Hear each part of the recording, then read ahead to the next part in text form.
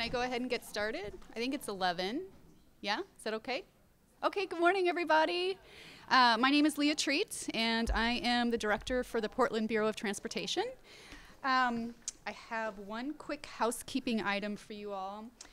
There's a sign-in sheet here. I don't know if you can hear me or not. Can you hear me if I'm not on the microphone?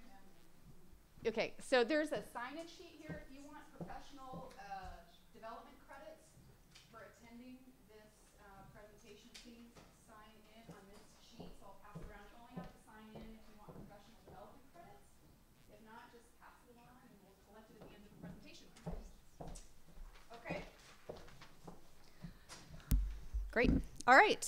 So this is the panel on the sharing economy and the future of the personal automobile. Baby, you can drive my car. So from my perspective, and I think for Portland, this is a pretty nicely timed panel. So tomorrow, our city council is going to be hearing from the Portland Bureau of Transportation on a contract amendment to our proposed bike share system. We have our intention of launching in 2016, so this is a critical moment for us. But also, for the last few months, the city and the community have been grappling with the issue of how to integrate rideshare services like Lyft and Uber into our transportation system. Also, the sharing economy is a really compelling topic because it touches really fundamental political and economic topics: climate change, changing different demographics, economic growth, transportation equity, innovation, and fairness, to name a few. So if you take climate change and economic growth, for example, Portland has developed a very ambitious climate action plan that calls for a 30% decrease in daily per capita vehicle miles from 2008 levels. It's very bold.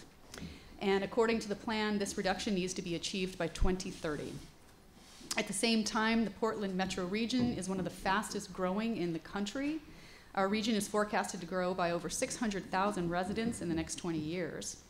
So if we want to manage that growth and meet our climate action goals, we're going to have to diversify the transit and transportation options available to Portlanders. I think it's an interesting and still open question to what extent the sharing economy in the form of bike share, car share, and ride share can contribute to these shifts. I'm very interested in hearing what our panel has to say about this and other aspects of the sharing economy. So let me introduce our stellar panel we have. First, we have Jennifer Dill, and she is the director. I can't say this, Jennifer, I'm sorry, I'm going to botch it. Nohad Tulin, did I say it right? Toulon School of Urban Studies and Planning at Portland State University, and also the director of TREC, the Transportation Research and Education Center here at PSU, which houses the National Institute for Transportation and Communities. She teaches courses in transportation policy and urban planning methods. Dr. Dill's research focuses on the relationships between transportation, land use, health, and the environment, with an emphasis on bicycle and walking. Next, we have Tommy Hayes. Raise your hand. Yay! He is the transportation policy manager at Lyft, where he works with planning organizations, transit agencies, researchers, and environmental groups to measure Lyft's impacts and advance ride sharing as a sustainable mode of transportation. He previously worked as an advocate at the Natural Resources Defense Council on a range of climate and conservation policies. Tommy received a BS in Environmental Science and Anthropology from the University of Notre Dame and an MBA MEM in Business and the Environment from Yale University. Third, we have Jason Wilde. He's the Marketing and Operations Manager for Spinlister's peer-to-peer bike share network in Portland. He was instrumental in building the peer-to-peer rental network in Portland and is also responsible for the multi-phase rollout of the new Smart Bike Share initiative in Portland set for this year. He is also president and organizer of the Inferno LLC, an extreme obstacle course adventure race he founded in 2012. He earned his BS in marketing from Oregon State University. And last but not least, we have Amy Lester. She's a postdoctoral scholar and transportation demand management researcher at the University of South Florida's Center for Urban Transportation Research. She is also a training support specialist in the Social Marketing in Transportation Certificate Program at USF. She has conducted research on community-based approaches to social marketing of campus car share at USF, as well as a study on users' perceptions and use of the campus car share program. So those are our panelists, and that's the order in which we're going to speak. They all have slideshows, and so I'm going to ask you all to hold your questions towards the end. We should wrap up in less than an hour, and then we'll go through a Q&A. So thank you so much, and please join me in welcoming Jennifer.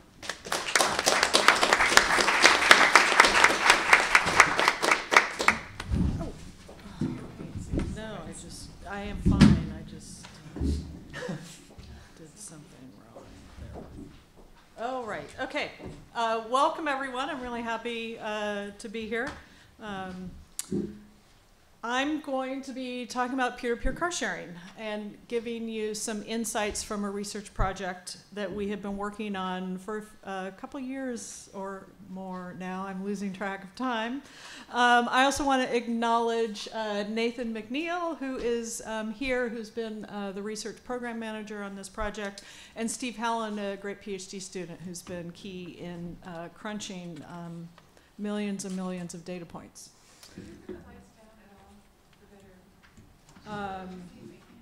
I think one of those. I don't know how to do it. Is there a technical resource here? Oh, Does that help? Yeah. Yes, I think that is perfect. Assuming it still works for our video. All right. Okay. So what am I going to share? I'm actually not sharing my car or bike today. I'm going to share some information. First, I'm going to give you a very quick background on the project and the peer-to-peer car sharing system, and then I'm going to present some results. So quick background. Let me just ask, how many of you have heard of Get Around and understand what it is? So little over half or so. One quick way to describe it is it's sort of like Airbnb for your car. It's a car sharing service that allows individuals to rent their car to other people. And Get Around is one company that provides this service. They've been providing it in Portland since 2012, and they are also in other markets throughout the country, including the San Francisco Bay Area. What Get Around does is they provide the infrastructure and the technology that allows you to rent your car to other people. Okay, just like Airbnb does for your home or rooms or whatever. Legislation was passed in Oregon in 2011 that basically took care of some of the insurance issues with this. Okay, so once that legislation was adopted and signed by the governor, Get Around started marketing and started their service in Portland. And also at that time, we worked with the city of Portland and Get Around to get a federal research grant through the FHWA's congestion pricing program to examine the effects of peer-to-peer car sharing. And you might wonder, why would FHWA congestion pricing program be interested in peer-to-peer car sharing? Like, how do those things connect? The one thing that really distinguishes peer-to-peer car sharing from other forms of car sharing like Zipcar or Car2Go is that people are renting out their own cars. So it may be affecting the behavior of people who own cars, not just the people who would be renting the cars. I mean, there's a lot of evidence out there that car sharing like Zipcar, etc., allows people to perhaps not own any car or own fewer cars and then use that car sharing service instead. And it can reduce car ownership. It can reduce VMT. That's been pretty well documented. With peer-to-peer, there's this other side of the coin, and that's the vehicle owner. And so the idea is if I own a vehicle and I want to make some money off of it by renting it to other people, obviously I can't drive it if I want it to be rented out, right? So the idea and the question, one big research question we have is, will owners of vehicles drive their cars less in order to have them rented out? And what might be the net effect on VMT? So FHWA was particularly interested in that. Another question that we went into this study with, and it was a particular interest to the city of Portland, was would this model of car sharing open up opportunities to a more diverse community? Currently, with car sharing, not just in Portland, but just about every city in the US, most car sharing services are privately run, and the cars are usually located in areas with higher income residents, higher density, higher income, less diverse communities. And there's a lot of documented evidence that low income and more diverse communities are not participating in car sharing. So could this model that's just based on individuals renting out their cars, perhaps at a lower price because the owner sets the price, could it open up car sharing to a wider audience and provide some mobility options to a more diverse community? So those were the two big overarching research questions that we are looking at in this long-term study. What I'm going to be sharing with you today, so we've finished data collection a few months ago. We have collected survey data from both owners and renters. We also, all of those cars that are being rented have GPS units on them that are collecting GPS points every couple minutes or so. So we have literally millions of GPS data points because all of the cars in our study are in the study for over a year. So we have over a year's worth of data on where those cars are going. We are still in the process of crunching all those GPS data points. So what I'm going to be focusing on today are some of the survey results and the insights from those. And in particular, I'm going to be talking about, so who are these people who are either renting out their car or renting other people's cars? Why do they join this type of a service? How do they use the service? How is it affecting their travel?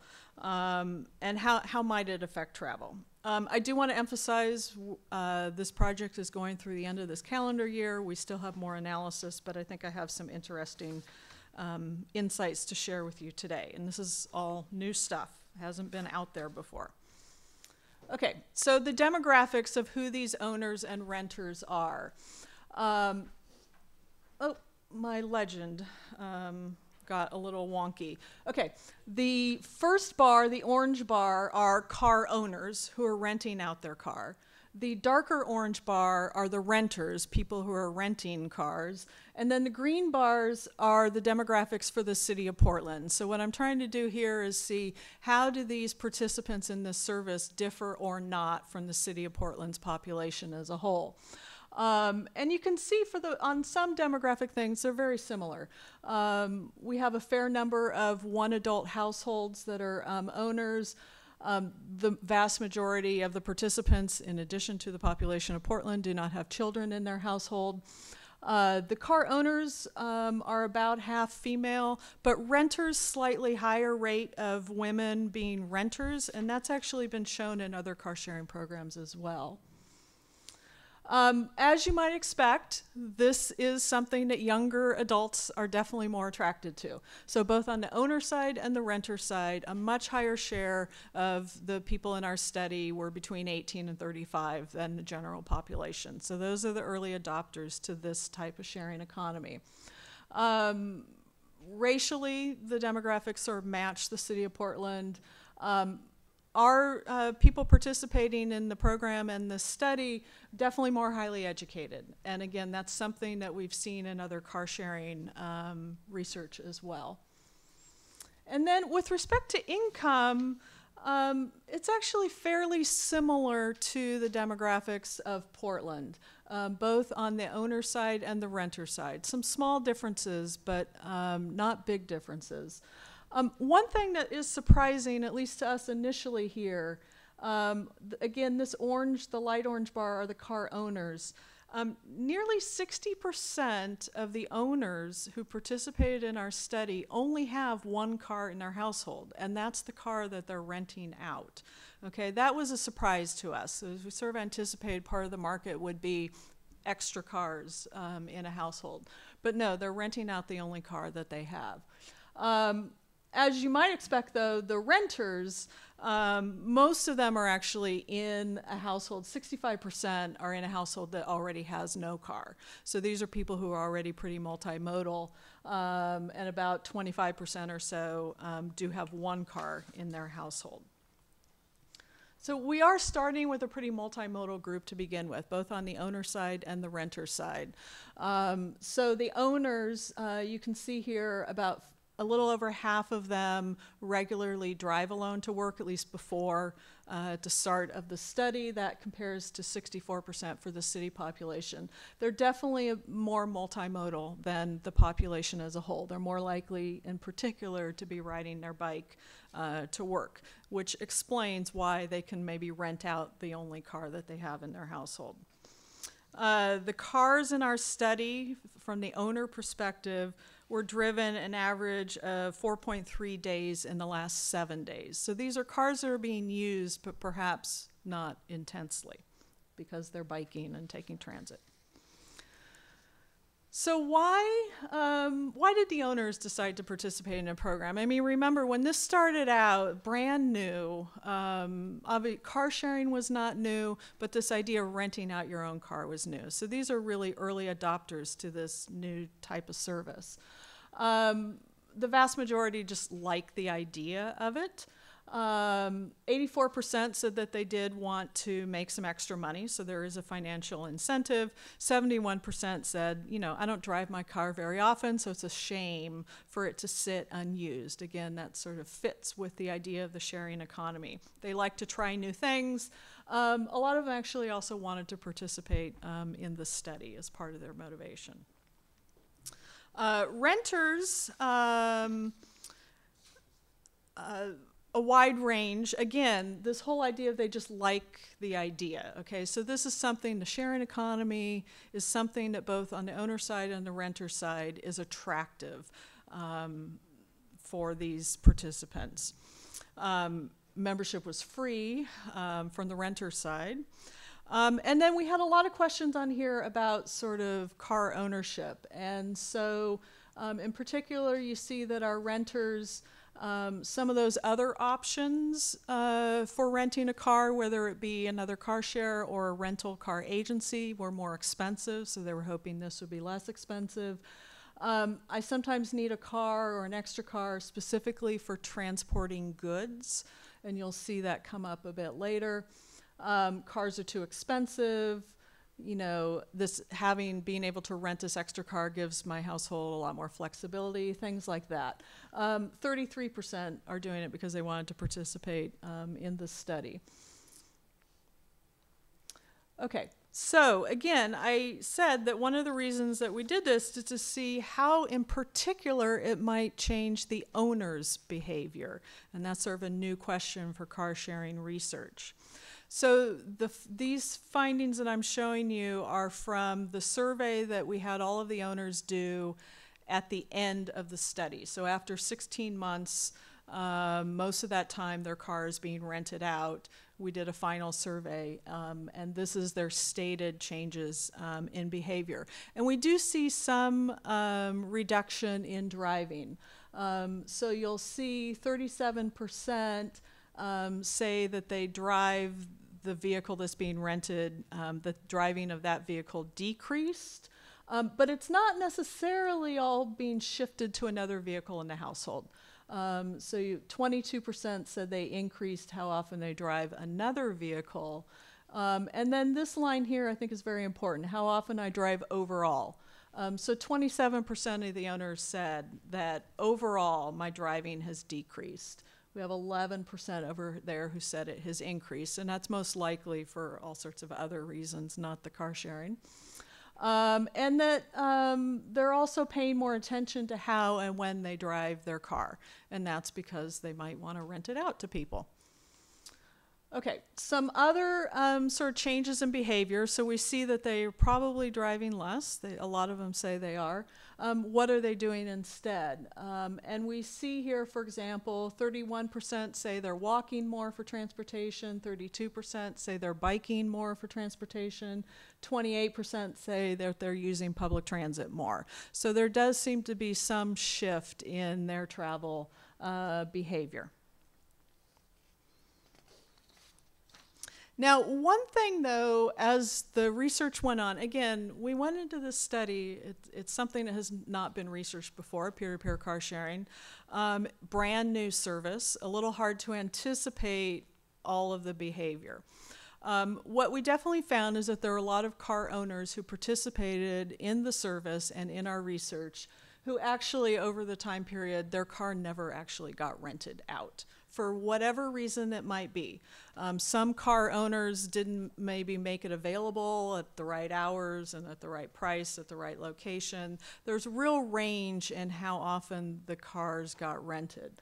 And so what this is showing, we divided all of our car owners into 3 groups based on how often their cars got rented out. The 0 group, the low group, and the high group. And what this is showing is basically it's the people who were able to rent their car out frequently are making the most changes in their behavior. And that makes perfect sense. The question that we'll be digging into is trying to figure out, are they renting their car out more because they're making it more available, because they're changing their behavior? So what is the cause and effect? But it definitely is a reinforcing behavior. And I think it's important when we think about these programs and how effective they're going to be, the cars need to be in places where people are going to rent them for us to see this behavior change. So what about on the renter side? Okay, so we actually saw something similar here. So originally we enrolled 448 renters, or I should say potential renters, into our study. They completed an initial survey. Of those, 209, almost half of them did not complete a rental within the time period of our study, which for a lot of these folks was at least a year. So there's a lot of people who like, oh, okay, maybe I'm interested, complete a survey, and then for whatever reason, they never went forward. What I'm going to focus on in the results I'm showing you are only renters who actually did rent at least once, okay? And those are 239 people rented at least once. But again, it varies. So in terms of rentals per year, you can see a lot of people maybe less than 1 rental per year. And again, there was, maybe half or so are renting on a more frequent basis, but a real variation. So what are they doing when they're renting these cars? And this was quite interesting, and I think perhaps is reaching a different market than some of the other car sharing services. So what we did is every so often throughout the course of the study, we would send people a survey and it would show the trips that they took when they rented a car. It was on a screen, and we would say, where did you go? What was the purpose of this trip? And if you hadn't used the Get Around service, how would you have made the trip? So we had almost 900 of those rental trips data. And you can see that almost a quarter of those trips were for out-of-town recreation. So people using these to go skiing up at Mount Hood or camping or whatever type of recreation it might be out of town. In contrast, though, the next most common was work-related trips. So 21% of the trips were work-related. And then you go on and you see things like shopping and errands, transporting things. So a lot of people are finding vans or pickup trucks, things like that, that they don't have in their own household when they want to transport something, usually. And you can see the whole range of trips. Now we had, just as a note, I'll say we had a category called appointments, and after the first round or two of this, we started noticing people writing in medical appointment. And so we quickly changed because we wanted to capture that, because that's a really different type of a trip. So we are seeing people using this for medical appointments. Not a huge market, but I think it's an important thing to keep in mind. Okay, so those are the rental trip purposes. So if they didn't have this service, what would they do? Again, this is a little bit of a surprise for us. A third of them said, I would not have made this trip. Okay, so this is new travel that they are doing that otherwise would not occur. About 20% would have used public transit. An almost equal share would have used another car share company or rental car company or borrowed or some of these other options. But for the most part, they either wouldn't have made the trip or they would have used some other mode, whether it be transit or another car rental, car share.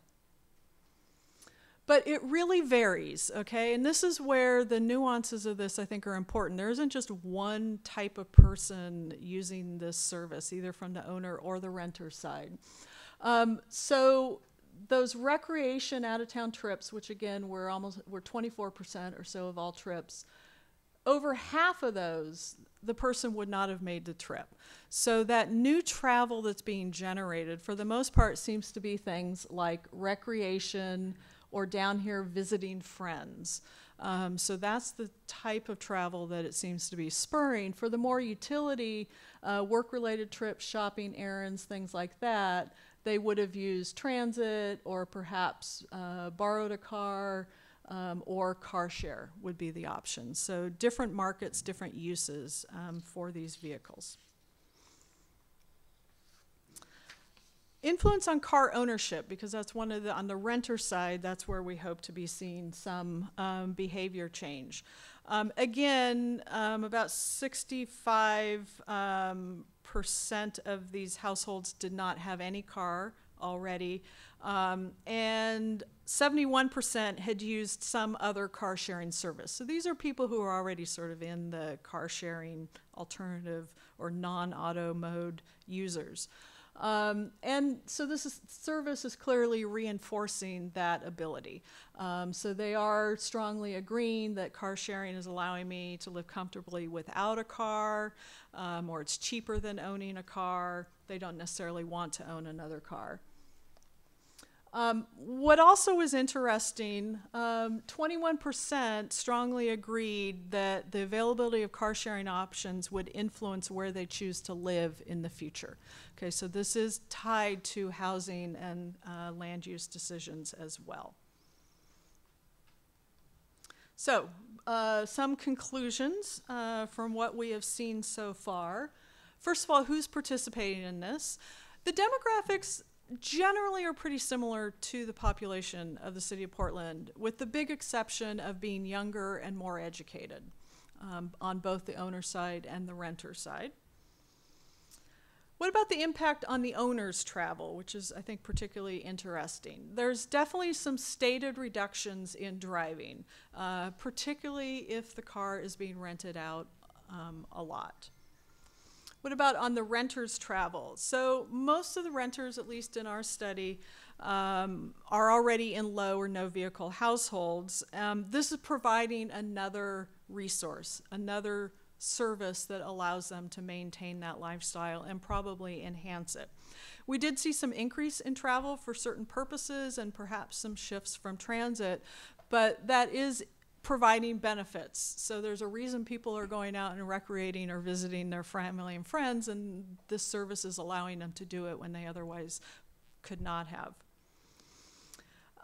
The question that I said in the beginning we wanted to answer was, is it providing mobility options for lower income households? The jury is really out on that. It's really unclear. In the beginning, when we started doing our analysis, we did find that these vehicles were available in neighborhoods that other car sharing vehicles were not available in, and that perhaps it was expanding the market. That was at the beginning of the service. Get Around has changed their practice and their marketing, and a lot of those cars that were in those neighborhoods are no longer part of the service. And so I think we're going to have to wait and see how the service expands and continues in sort of the longer term to see if it will still meet the needs of those communities. One of our preliminary findings is that land use and geography of the market is really important. That it's really important to have, I would say, mixed income communities. So you have people who perhaps are higher income, who have an extra car that they don't drive, or they can afford other options that can be rented out. When you have communities that are primarily low income people who own cars use them a lot. They rely on them for their multiple jobs and all of their other needs. So I think mixed income communities are key to this type of service working. Couple caveats I'm going to end on. So our full analysis of sort of the net effects are going to include that GPS data. We're going to explore some of those other issues like the geography of this. And then also these are, again, all early adopters. I think it's going to be interesting to see as time goes on, does it change? Do we start getting older participants, more diverse participants, et cetera? So thank you very much. I'm going to turn it over to our next speaker.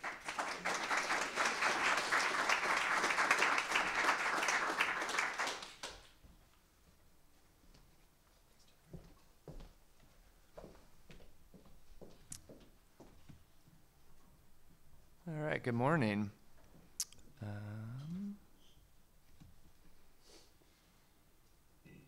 Okay, hold on to your retinas. There's going to be a lot of magenta this morning. And I'm Tommy Hayes. I'm the Transportation Policy Manager at Lyft. And I'm part of a fairly new team that focuses especially on transit impact, working with MPOs as well as environmental groups to figure out how are we fitting into this rapidly evolving ecosystem of so many shared modes, and kind of what is the big picture connecting dots, you know, from A all the way to E, which is sometimes kind of a longer term look. And I was really interested to hear some of these preliminary findings on Get Around, because we're kind of at a similar stage with ride sharing. So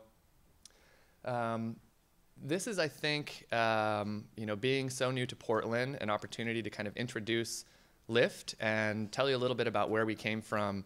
And I think it's instructive in seeing where I see us going, which may not be exactly what people think. So this is the very, you know, stock slide that my boss, the Director of Transportation Policy, and I always use. And this is sort of the core motivation for Lyft's founding, which is basically that bundled up in the massively underutilized resource of empty seats in cars are traffic congestion problems, air pollution problems, just this huge inefficiency that on the one hand seems like an obvious, you know, opportunity to extract gains from, but also carpooling has been declining for 30 years since the oil crisis. And I'll get into a bit about why mainstreaming carpooling is so hard and why it's so worth it.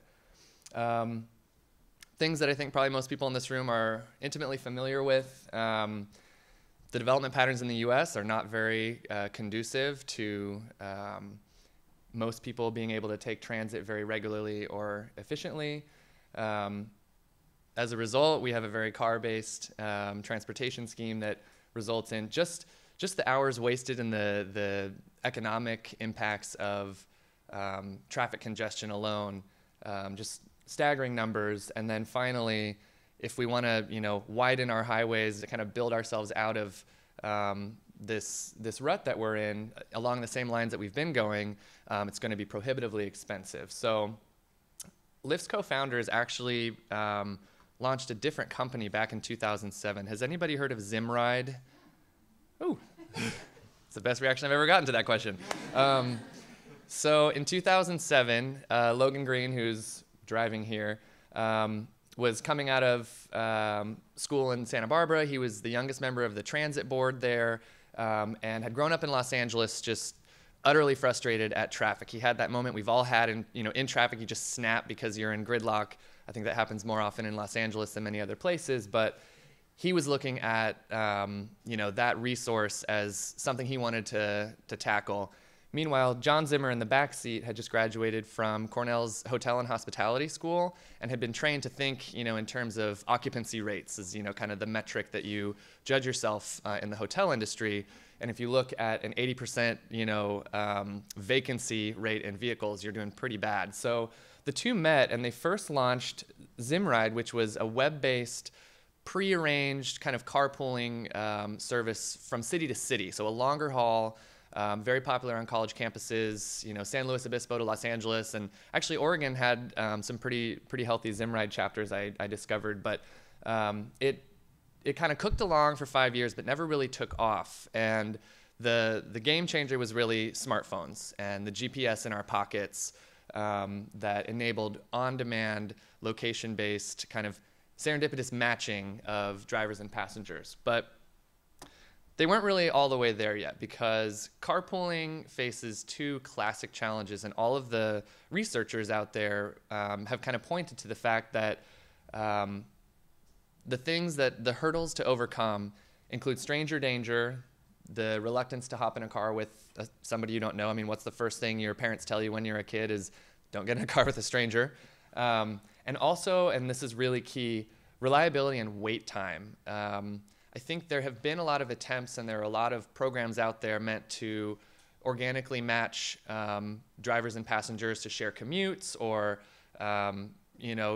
be efficient about carpooling. But the moment that you try to opt in and try to either get a ride or give a ride and it doesn't work, you just never go back. And so behaviorally, that has been a really difficult nut to crack.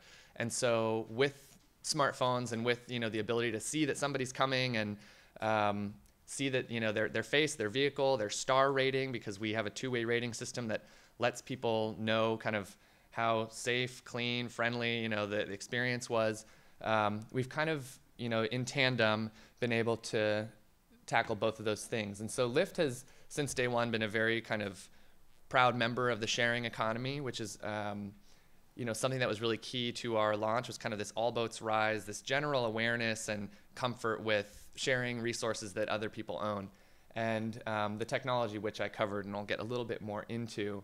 And so I should mention that we have 3 types of Lyft rides. And so the 2 on the outer end are what we have in Portland and what most people in the United States have access to, which is, you know, we call it Lyft Classic, which is a driver is available to give me a ride wherever I want. I just basically say, here I am, I'm at PSU, and when you come pick me up, I'll tell you where we're going, or I can put my destination in if I want to be helpful, and then we're off and running.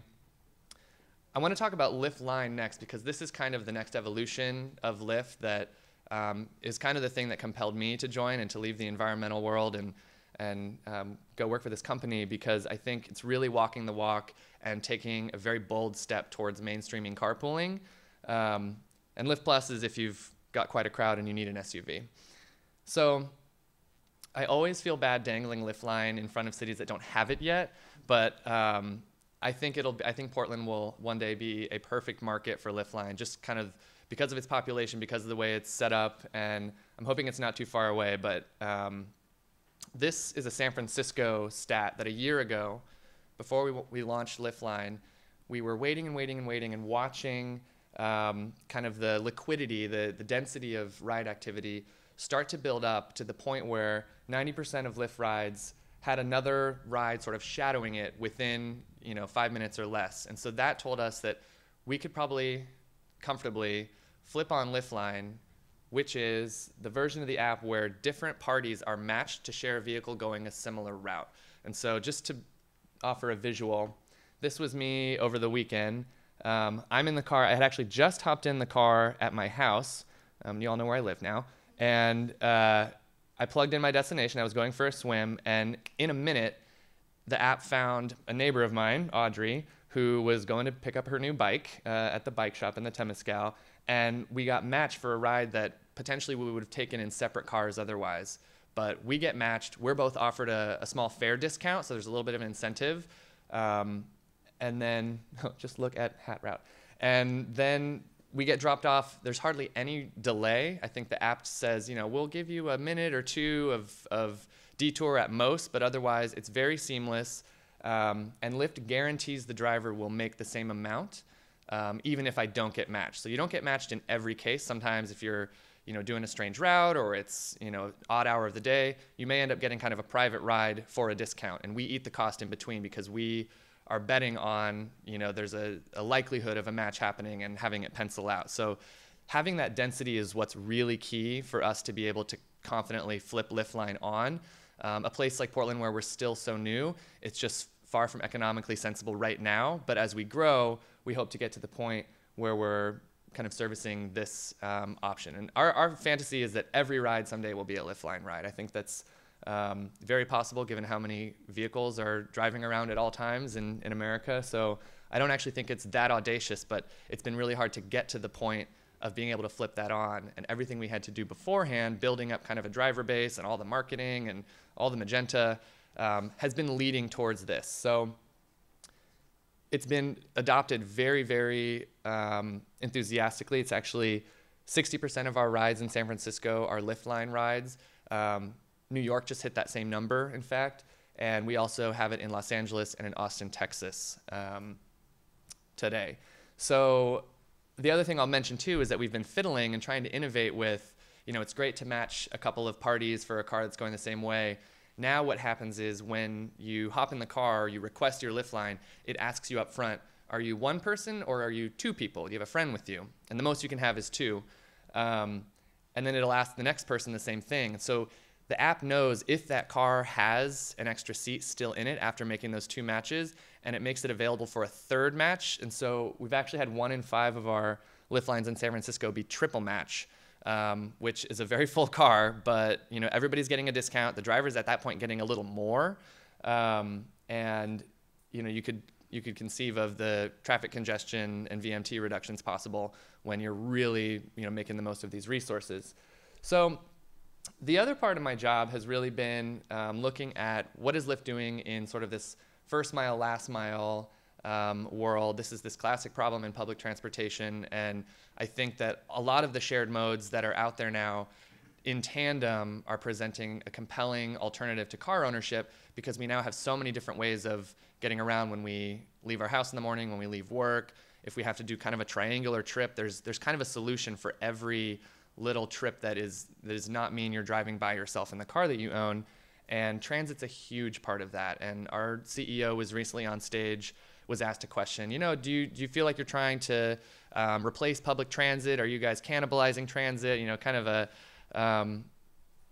zesty question. And he responded without flinching, we do better in a city with good transit. We are very much supportive of transportation funding. If there is a good backbone transit infrastructure in a city, we only do better because we're kind of in the fight against car ownership with all the other options. And so we have basically kind of had to reframe what some of the headlines would have you think is our world domination plan or something, because in fact, we are very excited about proactively being supportive of things like funding for transit, bike share, policy that's conducive to car sharing as well. And so this is how we see ourselves as part of this ecosystem. And on kind of, in the pie of how people get around in America, it's something like 95% of people just drive alone. That's, their main form.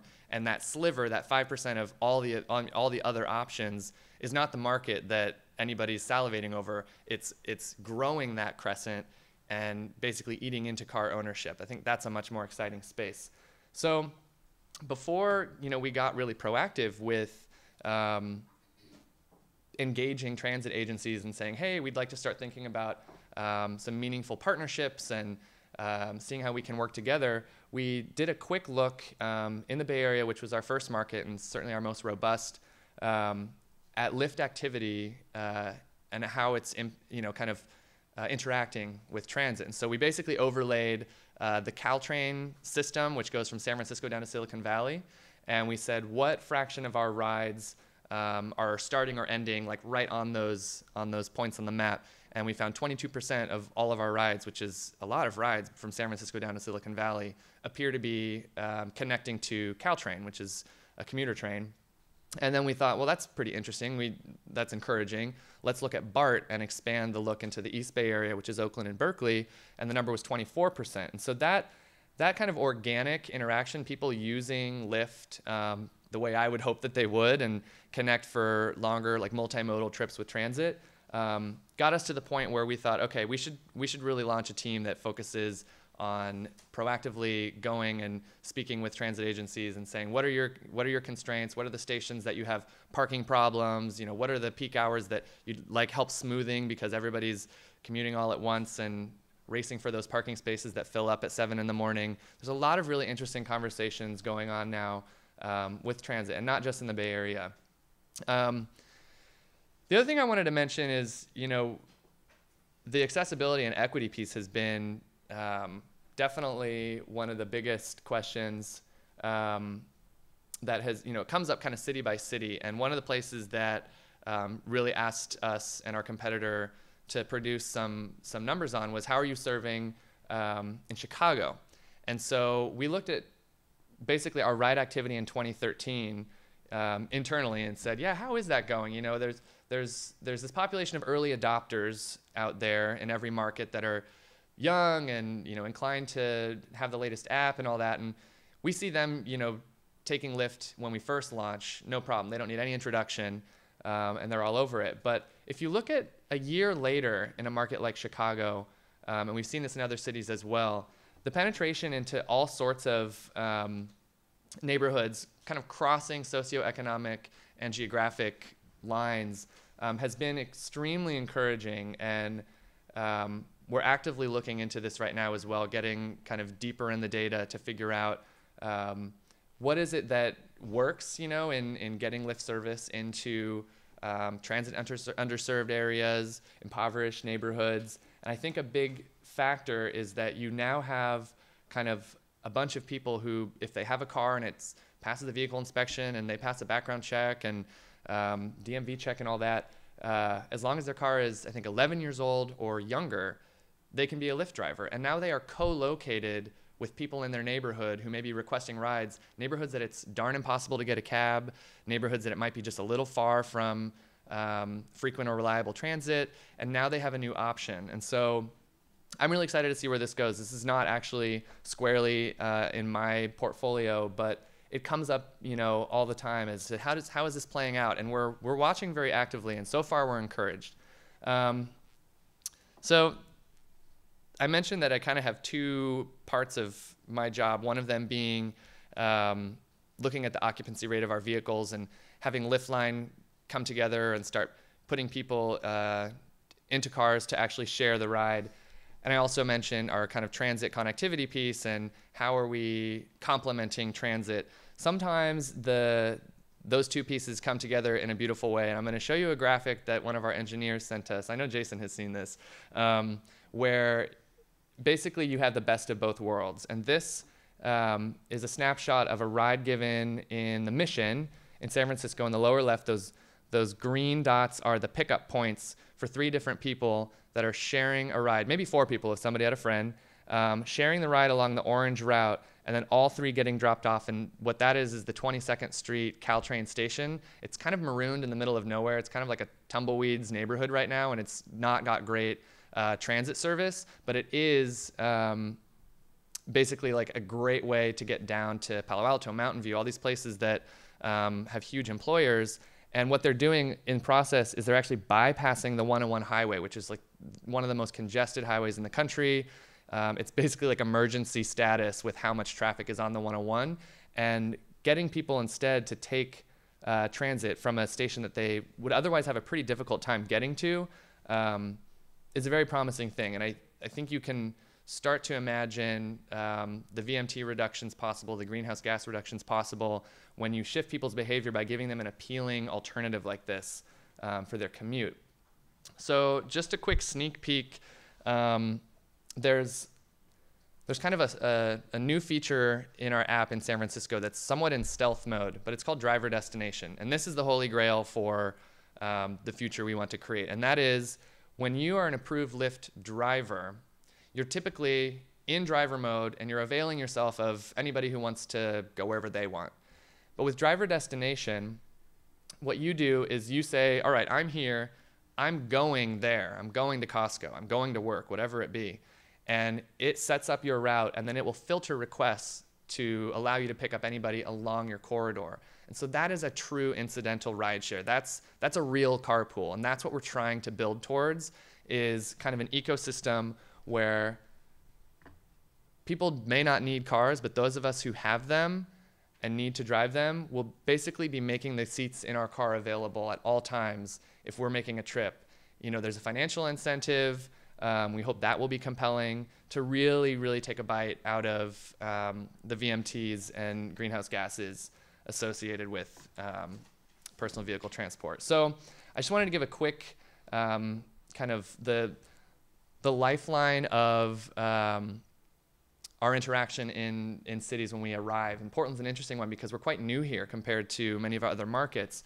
And we're kind of at this first stage of regulation, figuring out what are the policies that are going to govern, this new industry.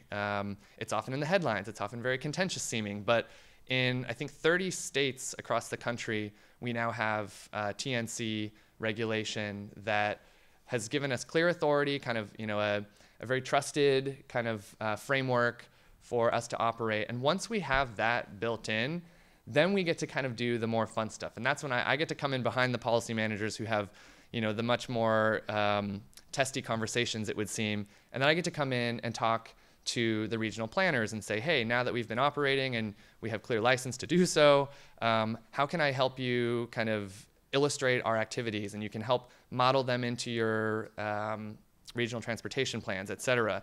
We've begun doing that in some various places, and have been getting some of the feedback now about how helpful it has been to be able to model this new activity that's not quite like a taxi, it's not quite like anything that's been, modeled before. And so we're at that phase in a number of markets right now. And then finally, I think the public sector's role is to figure out how do we proactively and thoughtfully partner. I think Portland will be a fantastic place because it has such innovative bureaus of transportations, transit agencies that are really thinking about outcomes and really thinking about how can we improve mobility for everybody in Portland.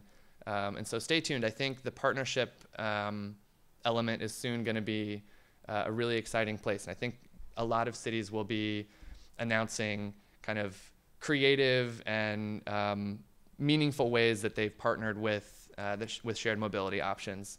And then finally, just on the environmental piece, this is a question that comes up a lot with ride sharing is, are you putting more cars on the road? Are you, how are you playing in this, ecosystem of options?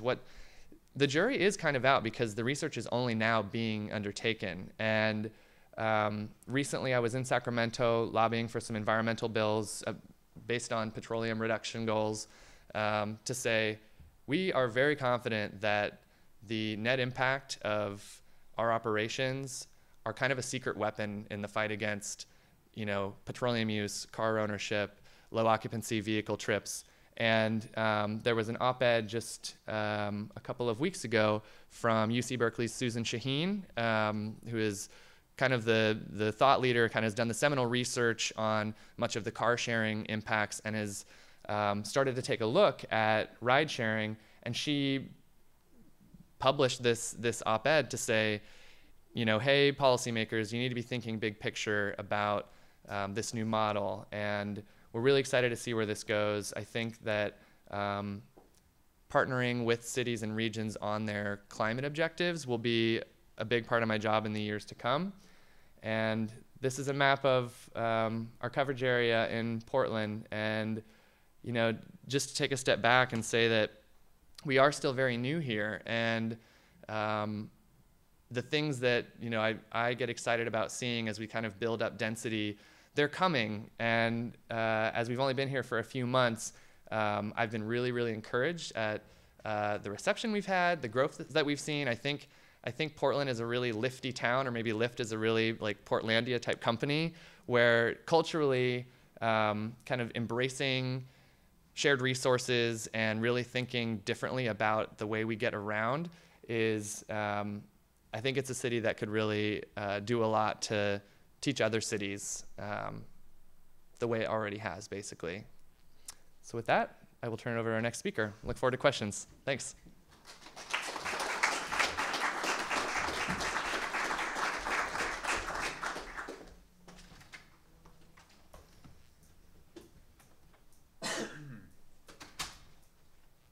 Thank you for prepping that for me. Yeah. So hi, my name is Jason Wilde. I do marketing and operations for Spinlister here in Portland.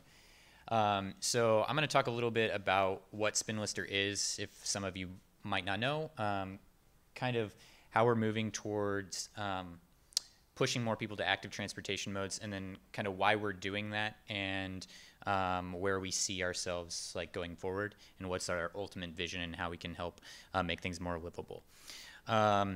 So first off, to preface everything, so if in comparison with Lyft and Getaround, if they're in the early adopter stage, we're in the early adopter stage.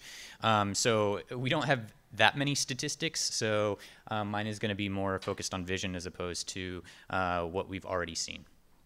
So what are we? So we're a peer-to-peer platform, and we connect people. So we consider ourselves an action sports platform, but we heavily focus on bikes. But we do also provide access to skis, snowboards, stand-up paddleboards, and surfboards. But like I was saying, we more heavily focus on the bike vertical because that's the one that's going to be most effective when changing transportation landscape. First and foremost, we're a lifestyle brand. So people that use us right now, because we are in that early adopter stage, they're very health and fitness oriented, and they're very conscious about being environmentally friendly. So what is it exactly that we're doing? So we're tapping into underutilized assets in the same way that GetAround is doing with cars, but we're doing it with bikes. If you look at, this is one of my few stats. So in the United States alone, there's 162 million fully functional bikes sitting in people's garages that are ready to be used, but they're underutilized or unused altogether. If you compare that to like traditional city-owned bike shares worldwide, there's about 700 cities that are doing bike share. Of those 700 cities, that accounts for about 800,000 bikes. So just the unused bikes that are sitting in garages in the U.S. alone is roughly 200 times the number of bikes that we have fully operational in the bike shares around the world. So that's a pretty staggering number that shows a ton of growth potential and a ton of opportunity to be able to be tapped into. So why do we do it? We do it mostly because we're cyclists. We think bikes, if I can get the pointer. I don't know how to get the pointer, but bikes are better than cars. That's what we think. We're cyclists. We like to be active, and we're hoping to push people more towards that. So we want to provide more bikes to more people in more places. We want to do it on a global scale. Hopefully, that'll lead to decreased dependence on car ownership and through the use of an active alternative. So, like I was saying, we see ourselves pushing towards the active transportation. That's our part in the entire puzzle. It's one that as people start to work less in physical labor jobs and more in sitting at desks, people are more apt to be open to active transportation as an alternative because they're looking for that. They don't get it. They're not picking cotton in the fields, the majority of us. At least they're not digging ditches. There are a lot of people that are doing those things, but I would say that the majority of people are moving towards a more professional and technical jobs, and they're going to need that ability. So although people are more open to it, that doesn't mean it's going to be easy. It doesn't mean that it's a given, that it's just going to happen overnight. There's still challenges, and the challenges are plentiful, actually. So one of the biggest things is access. So access is the biggest hang-up when it comes to people using an active form of transportation. Very similar to GetAround, the nice thing about our peer-to-peer platform is it's not tied to anything specific. It's a global platform. Anywhere in the world you can list a bike. You can make it available to rent or share, and it's not tied to density. So just because the city of Portland is successful with Spinlister doesn't mean that the city of Roseburg, which is where I grew up, which is super tiny, about 3 hours south, and it's like 20,000 people, the opposite of dense. So it doesn't mean that can't also be successful. So that's ultimately our goal, is to provide access in as many places as possible. So again, more bikes, more people, more places. That's ultimately what we're about. And when it comes to the equity question, that's kind of the hinge of things. The crux of the issue is the access part. And while traditional bike share that's city owned may be able to provide bike share infrastructure within the city center, once you start to push farther out into Gresham, into Troutdale, into all those different places that aren't as dense, that it's not financially feasible to put a bike share platform or more infrastructure out there, we can fill that gap. Because ultimately it's the people that are owning those bikes, and they don't have the costs and the overhead associated with running those bikes. So once you have access, you need to make it convenient. That's another big hang-up. So obviously the invention of the smartphone made that super, super easy. So these are some screenshots of bikes that we have in Portland, San Francisco, and New York. Obviously all very dense areas, but the crux of the thing is at scale. When you have all these bikes that are available anywhere at any time, you can pick up that phone and you can see exactly what options you have at your fingertips. So it's very similar to GetAround, except for you're using something that people have sometimes 10 or 15 of, as opposed to one and only. And so there's a lot more availability for bikes to be on the platform. So beyond that, you have a choice. So that's probably the most, probably the coolest part about our platform. You're not tied into one specific thing. So with traditional bike share that's city owned, with a lot of other alternatives, you're tied into one specific thing.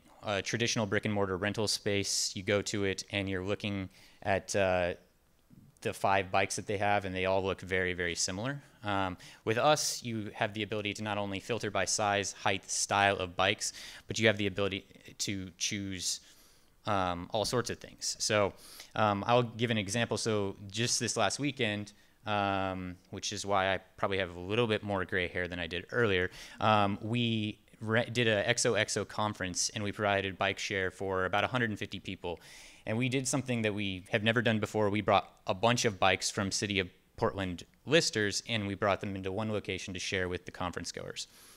The great thing about that is the choice came in. So there are such a variety of bikes. We had tandems, we had vintage bikes, we had cruisers, we had racing bikes, we had mountain bikes.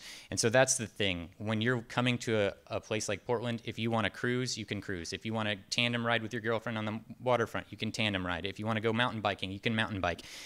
The mountain biking thing is tough because if you're 6'6" and you're coming into Portland and you want a mountain bike, good luck finding one. But on a traditional platform. But if you use Spinlister, if you use our platform that's peer-to-peer based, you're bound to find somebody that size that has that available to you.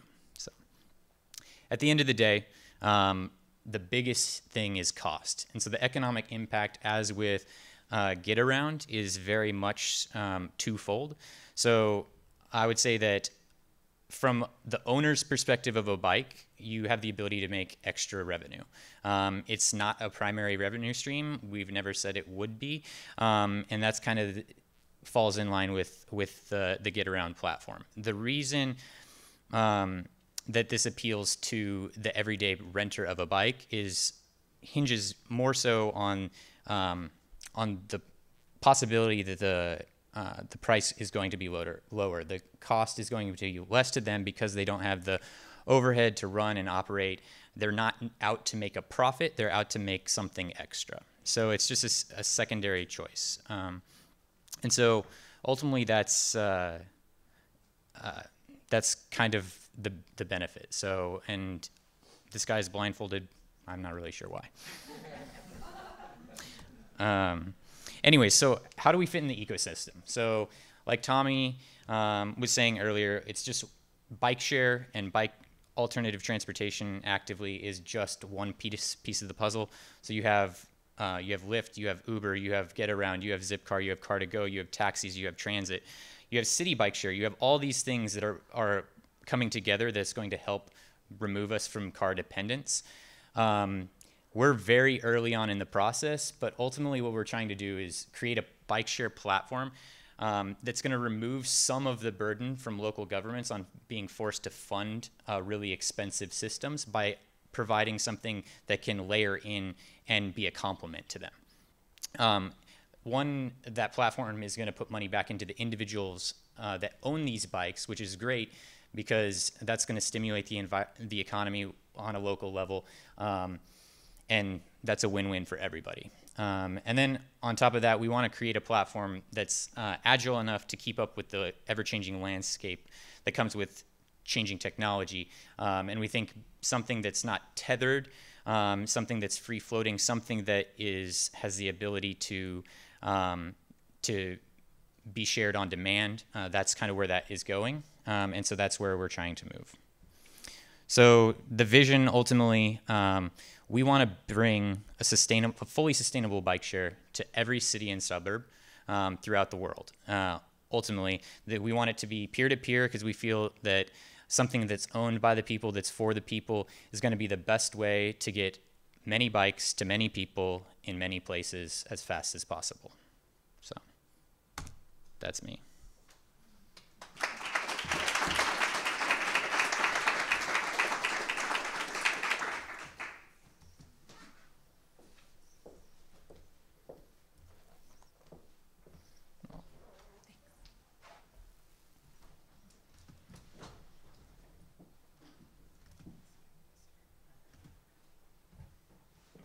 So hi everyone, I'm Amy Lester. I'm from University of South Florida, and I'm going to talk to you a little bit about some of the research that we've done with the car share program that's currently available on campus to our students.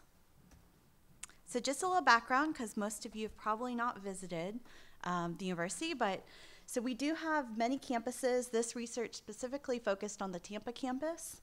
It's a suburban campus, primarily a commuter school. About 38,000 students, 12,000 faculty and staff. The vast majority own their own vehicles and drive them to campus. The car share program began in July 2009. The Center for Urban Transportation Research provides subsidies for the first 3 years to get it off the ground. And there's currently 4 vehicles available on campus. We have a couple hundred active members and about 10 to 20 members joining per month currently. So some of the long-term goals of why this program was brought to the campus. So first was to reduce congestion by encouraging alternate modes of transportation. So it's really trying to get students and faculty, but primarily students, to see that there are other alternative modes of transportation than having a personal vehicle on campus. Also to reduce auto ownership amongst students, provide cost savings since students would pay per use, reduce emissions by lowering overall vehicle miles, facilitate more efficient land use with the reduction of parking garages and open parking spaces, and also increase mobility options and connectivity among transportation modes. So a little bit of the research framework. So my background is in social marketing. So we used a community-based social marketing approach, which basically uses marketing principles to encourage behavior change that's socially beneficial.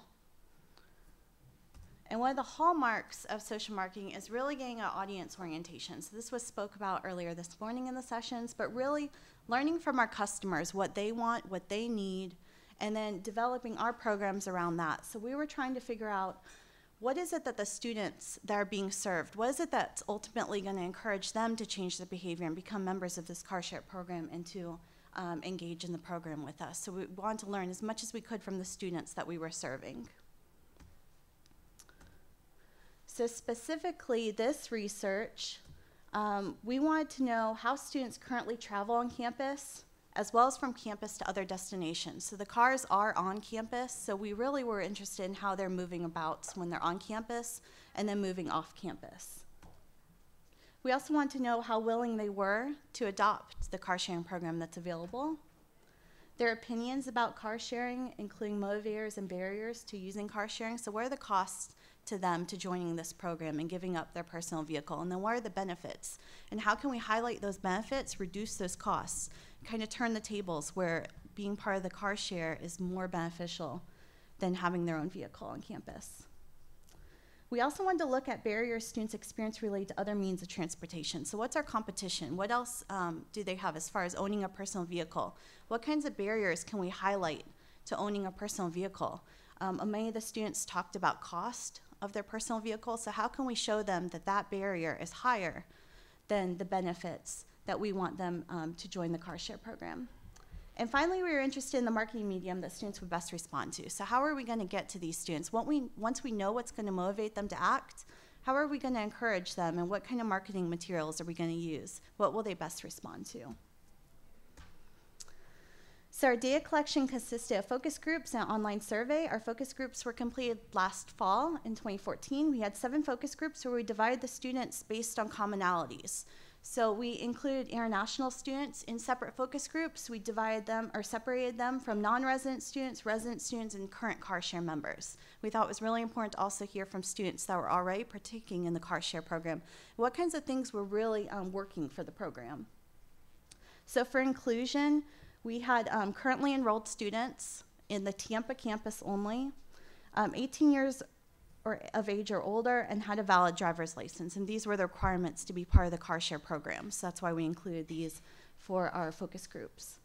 We then developed an online survey based on the findings of the focus group, so what the students told us. And then for the inclusion criteria was similar. However, we dropped the valid driver license requirement. In the focus groups, a lot of students talked about using car share as a carpooling service where they could join up with friends, and possibly only one person needs to have the driver's license. So we want to hear from those students as well.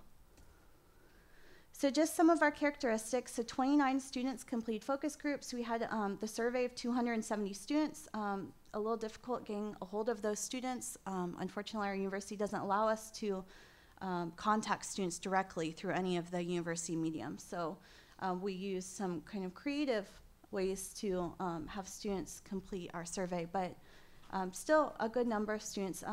Female, most were female.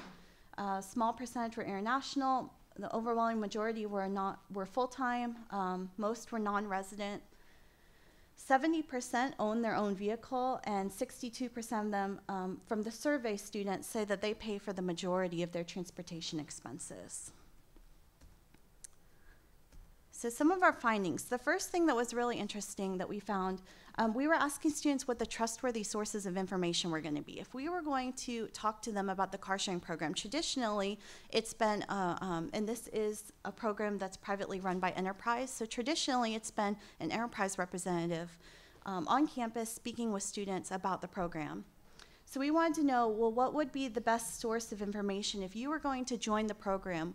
What would make you most likely to join the program? And we used a Likert scale, and we have the analysis in some of the papers that we're working on now. But just very generally, you can see that fellow USF students have used the program, had the most very likely and likely answers. So students want to hear about the program from other students.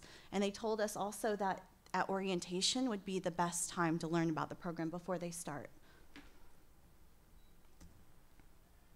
So we asked students, also very importantly, what are the barriers to using the car share program?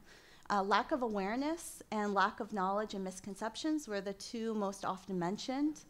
Also, a lot of students pointed out that the program wasn't USF branded. They didn't feel like it was for them. There is a credit card requirement to join the program. So a lot of students talked about how alternate methods, such as having a debit card or maybe using bowl bucks. University of South Florida bowls.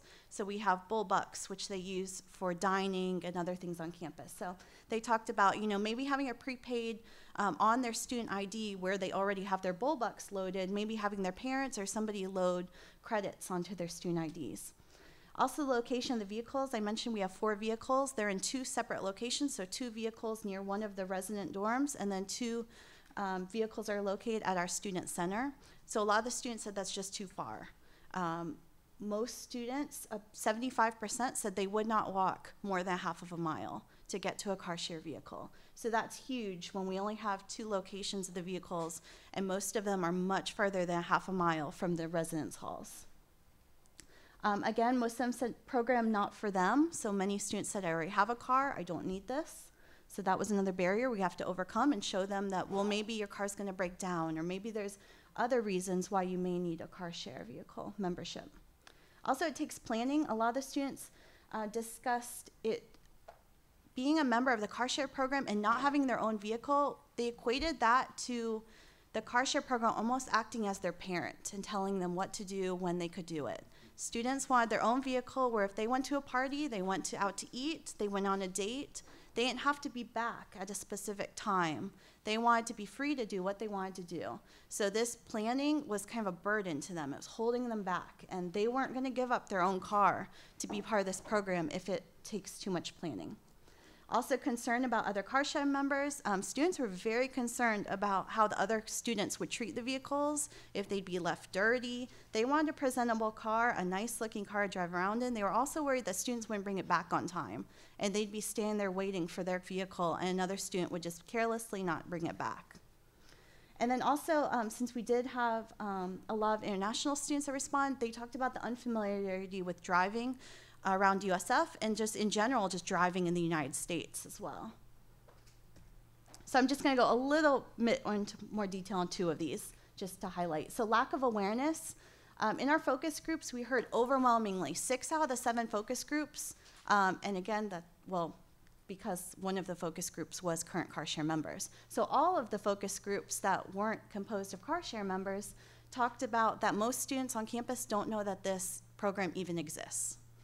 When we surveyed as a follow-up question, we found that 55% of students that were surveyed had no idea that the car share program was available on campus. So we have a huge barrier here with lack of awareness. Also, lack of knowledge and misconceptions. So the students talked about, for instance, one of my favorite ones, this is where the car share, where two of the vehicles are parked next to one of the dorms. And it's hard to see, but right back here is a walkway that goes directly to the dorm that has the highest freshman residence population. So we thought, and the car is actually parked right here. There's two of them right here at the corner, right next to the sidewalk. So freshman students are walking past that car daily. I mean, lots of students passing this car. However, it's parked in an E-lot, which stands for employee. So our students in our focus group said, we didn't even know that was for us. It's in the employee lot. We had no idea this was a student program. Also, when we asked students, so this is some of our survey questions. These are the students who were knowledgeable about the program, so only 45% of students. But of them, only 81% knew that the program was available to students, faculty, and staff to rent vehicles by hour or day. 78% of students knew that you only had to be 18 years old to rent the vehicle, and only 50% knew that fuel and insurance was included in the hourly rental, which is huge when we talk about cost with our students. So some of the benefits of the car share program, some of our findings and what we'd like to highlight. So first, students valued convenience and flexibility. And they talked about this could be a convenient option. It is on campus. It gives me flexibility. I don't have to depend on others for rides. The features of the car share vehicles are nice. You know, they're roomy vehicles if I needed a larger vehicle possibly, or if I needed a more reliable vehicle. It does offer some cost savings. Provides freedom. Again, don't have to depend on others. It's a dependable backup vehicle. There is a lower age requirement to rent, so they only have to be 18 versus 21 or 25 with some of the other traditional rentals. There is an app which students really liked. It can offer time savings, and also the current members said that the customer service was fabulous, that every time they called to have a problem, customer service was great, so something we might want to highlight. So again, just to kind of go into two of these. So convenience and flexibility from the focus groups. This was the most often mentioned benefit. So again, students said you don't have to find a ride to go to a place to find a ride. And they even went as far as to say a lot of people don't need cars with this program. So if you're only using a car for a couple hours a week, car share is a great alternative than paying for having your own vehicle.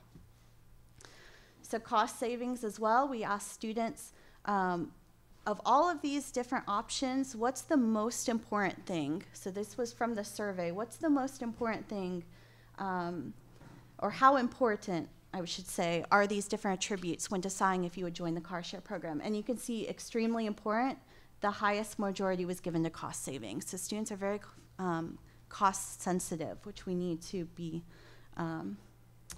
aware of.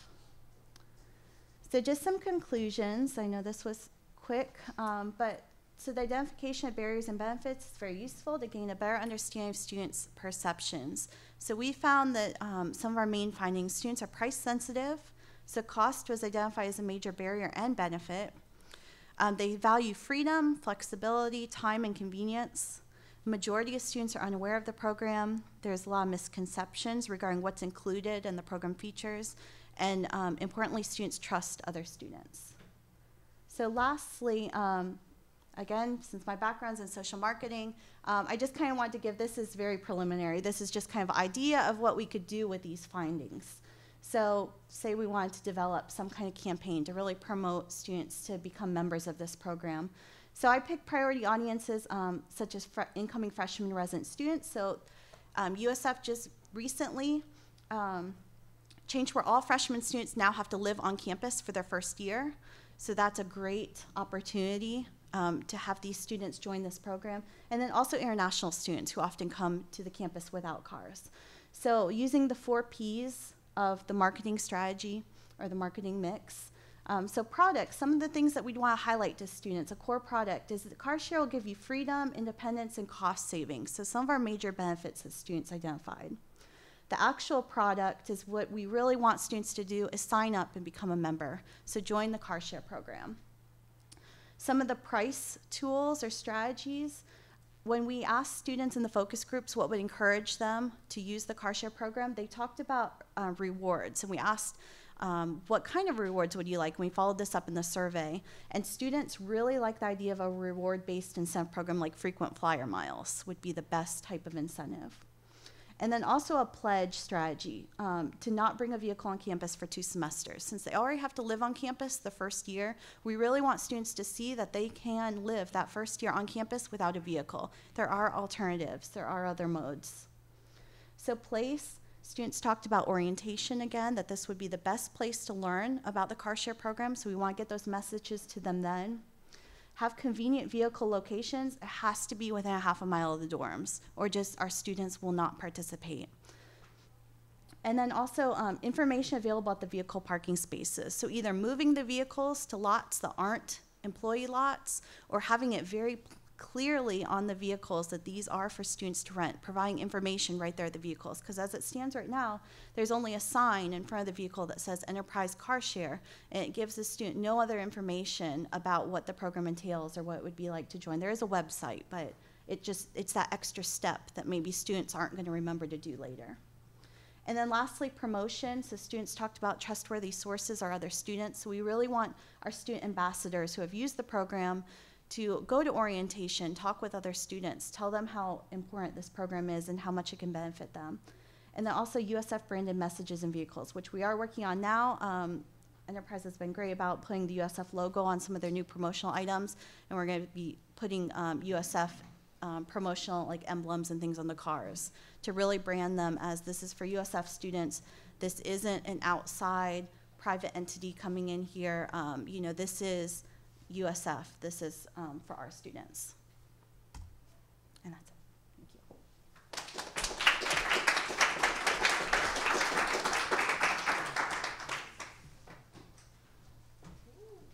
All right. Thank you all to the panelists. We actually went way over the allotted talking time, so we have about 5 minutes if you all have some questions for our panelist. Sure. For the camera, do you need them to use a microphone for the filming? Yeah, for them to get Do you want to just come up here? I don't know how else to do it. It's just come on up here. If you guys want to, if anybody wants to ask a question, just come up here into a line. You guys can. Whoops, we didn't think of that. This is a question for Tommy. My name's Tom Mills. I'm with TriMet, and I work a lot in dealing with the last mile, first mile issues. It's actually 2 quick questions. One, have you determined a density standard where Lyft line will work? Certainly there's a big difference in density between, say, New York, San Francisco, and, say, Austin, but it sounds like it's working in Austin, so I'm wondering if you've figured out what that standard is. And the second question has to do with the first mile, last mile. What do you know about the folks who are doing that? I mean, are they doing that on a daily basis? Are they doing, taking Lyft to transit to get to work? And are they paying 2 fares, one for the Lyft and one for transit? Or is that all still yet to be determined? Lastly, I want to say that TriMet, like you, we agree that TNCs are supportive and complementary to transit. Thanks, Tom. So the first question about the density to, the kind of that threshold density for Lyft line, you better believe we're figuring that stuff out all the time. And, the 4 cities that it's in are pretty different in, how dense they are and kind of the topography, and denser's better, for as dense as possible. But I think what's going to be interesting to see is, can we isolate use cases for Lyft line in a place where maybe it's not dense enough to guarantee many matches? What if there are particular times of day or particular routes or places where we could flip it on surgically and really relieve some traffic? And I think large events might be something like that. Airports, commutes. There will be, I think, a a lot of things we'll be testing soon. And it's a really good question, because for my life, I wish Lyft Line was everywhere today, because it's clearly, you know, where we want to go, but we have to find a way to do it that limits our exposure, if you will, because it can be quite costly to flip it on before it's ready for prime time.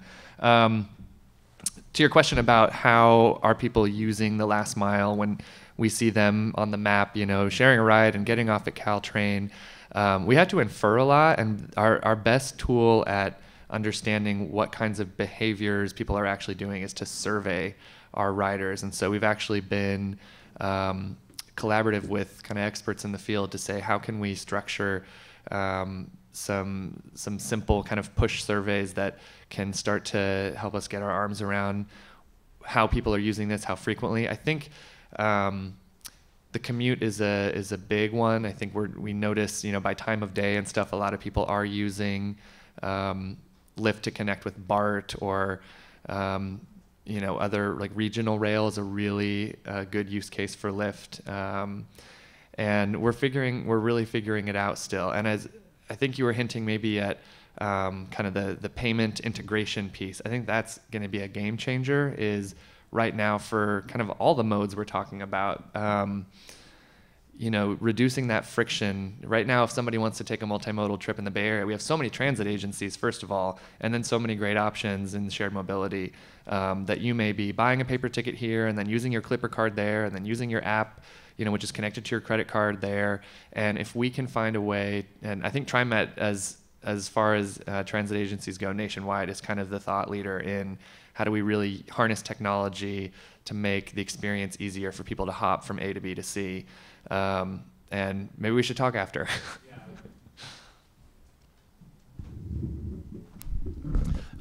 Wish I could ask all of you questions. We don't have time. Great panel. Thank you very much.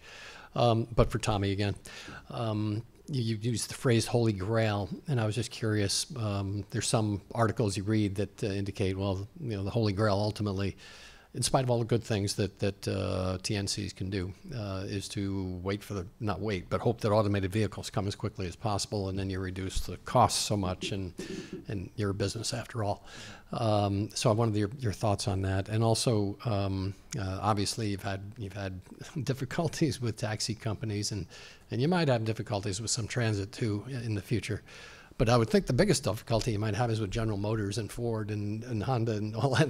Curious about your thoughts about that, if you've gotten any resistance from them. Are they taking a look at the long view and saying, holy cow, this could kill us? All right, I knew the automated vehicles question would come up. But I think, you know, the short answer to that, things are changing so fast. And I think the question is not if, but when. And, you know, there are some different, there's debate about how quickly we'll be in a self-driving car future. I think the way we think about the Lyft platform is we will always want to be the network that people think of when they're in the mobility mindset, and that similar to how, you know, AT&T and Verizon are a service that, you know, is operated through your iPhone or your Samsung, kind of no matter what the tool is, at the end of the day, we will be connecting people to it, hopefully. And you better believe I go to a lot of automated vehicle, like, you know, sessions to learn about that disruption, because it's coming in pretty quickly, and I think it's quite exciting for a lot of efficiency and environmental and safety futures. So that's that. And then what was I wanted to answer your third question. Yeah, so this is really interesting. I mean, I get up here and I tell a very receptive audience about how we want to reduce the need for car ownership, right? But what about this massive industry that relies on selling millions and millions of cars? I think what may, you know, my nice answer to that is that the way we've developed and the way that, you know, America is, we're not going to be rid of cars anytime soon. But I think we could have better cars. And I think there's been an interesting, you know, there's a lot of motions at Ford, at GM, trying to adapt to and figure out how do they play in this kind of new mobility future. And I think you'll see cars that are perhaps designed with these kinds of activities in mind, whether it's smart, you know, kind of infotainment stuff that is kind of ready for you when you have a car. They assume this person might be on a rideshare platform and might be using driver destination to get to their job. Let's find a way to make it as hands-free and as seamless as possible. So I think that there are some exciting kind of innovations coming from the car companies themselves, and many of them have invested in rideshare companies. It sometimes makes the headlines. You think that's counterintuitive, but I think there is so much room for innovation in this field. We have not really made a lot of changes to the way we get around in decades and decades that I think there's plenty of time for everybody to kind of get a piece of it.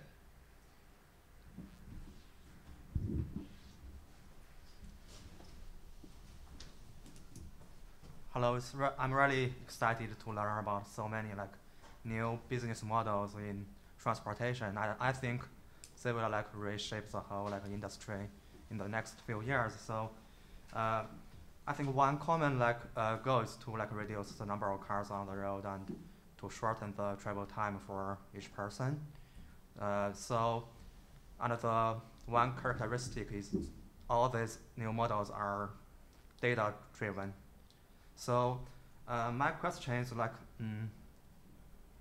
you have any plans for open data initiatives? Are you doing this now, or do you have plans in the future? So to make your data open to the whole research community or all the people in the world or something. I'm an advocate for open science stuff. Yeah. So yeah, I want to learn about your opinions or practices in this area. Thanks. All of the for all of you. Yeah. Thanks. So I'll start. So that hinges on, obviously we're data driven, but it hinges on a good deal of privacy. And so that's the one tricky part when you're dealing with people's locations and how they move around cities and all that kind of stuff. I feel like that's something that's coming. It's just trying to find the point at what people are comfortable with at an opt-in or just an opt-in part. Yeah, I think privacy hinges, even though people are open to it, I would say the vast majority of people are not. And being public companies, we have to be sensitive to that. So while we would all love to share the data, I don't think that's something that's coming too soon. So I'm going to chime in, and then also I probably have to get us to lunch soon. I think this points to really a big difference with these types of services that is really changing transportation policy. It's something new for us because these transportation services are primarily being provided by private industry, which has different motivations and needs and et cetera. And as opposed to our traditional public transit and highways and everything else has been largely public and government driven and more open to sharing data and collecting data, et cetera. And I think it poses a lot of questions beyond just sharing data. It poses questions, the equity questions, for example, really highlight a public versus a privately provided transportation service. And I think that there's definitely roles for both sectors, and I think it's really important for the public sector to be figuring out what is our role.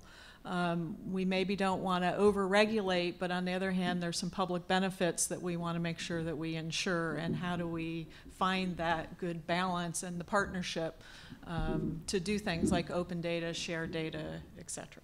So. But I am sorry. Leah, is it okay if I cut us off? Yes. I have a really quick question. Super easy. Okay. Super easy. Okay. First of all, I hope no one refers to Lyft line as a jitney, even though that is technically what it could be in some places in the world.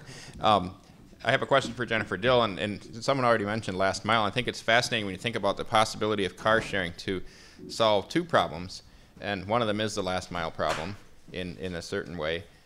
In a specific case, it's the reverse commute issue. So for example, if someone is driving their car to a park and ride in the suburbs, and someone else has an errand to run in the suburbs coming from the center city.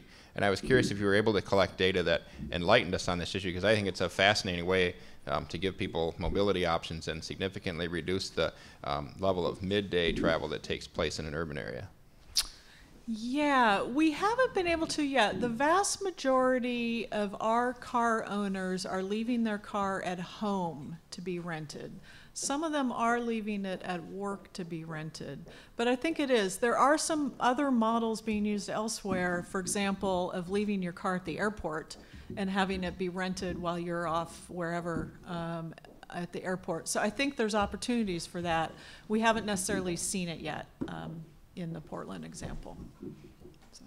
All right. I'm hungry.